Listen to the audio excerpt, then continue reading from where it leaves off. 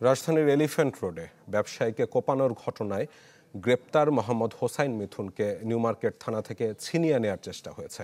এতে আহত হন এক পুলিশ কর্মকর্তা সহ বাহিনীর বেশ কয়েকজন সদস্য। জানা যায়, ভোরে গ্রেপ্তার হওয়া ছাত্রদল নেতা মিথুনকে ছিনিয়ে নেওয়ার চেষ্টা করে তার কর্মী ও সমর্থকরা। এ সময় 5 জনকে আটক করে পুলিশ। এ ঘটনায় মামলা দায়ের হয়েছে। রমনা জোনের উপ পুলিশ কমিশনার মোহাম্মদ মাসুদ আলম জানান যে অভিযুক্তদের ধরতে তৎপরতা অব্যাহত রয়েছে। গেল 10 জানুয়ারি মাল্টিপ্ল্যান সেন্টারের দোকান মালিক সমিতির যুগ্ম সাধারণ সম্পাদক এহতেশামুল হককে কুপিয়ে আহত করে দুর্বৃত্তরা। এই ঘটনায় শীর্ষ সন্ত্রাসী ইমন গ্রুপের বিরুদ্ধে অভিযোগ এনে নিউ মার্কেট থানায় মামলা হয়। এরপরই গ্রেপ্তার করা হয় ছাত্রদল নেতা মিথুনকে।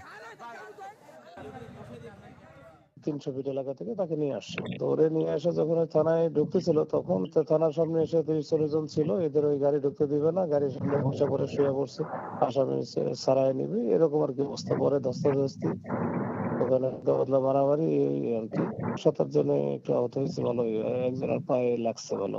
সরকারি কাজে বাধা দান, আসামি ছিনাই নেওয়া, এটা অভিযোগে মামলা হয়েছে।